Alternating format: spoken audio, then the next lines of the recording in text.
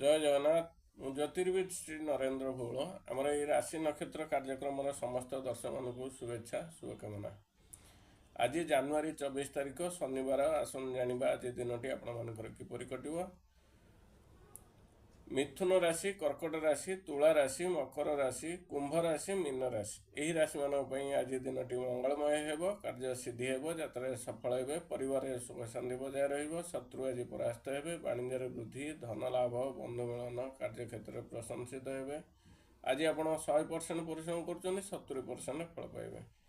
तापर आसवा मेष राशि, वृष राशि, सिंह राशि, कन्या राशि, बिछा राशि, धनु राशि यही राशि मानी आज दिन शुभ अशुभ उभय मिश्रित फल लाभ हो, कार्य सिद्धि हो, यात्रा सफल हे, परिवार सुख शांति बजाय कार्य क्षेत्र कार्य चाप वृद्धि पाइब,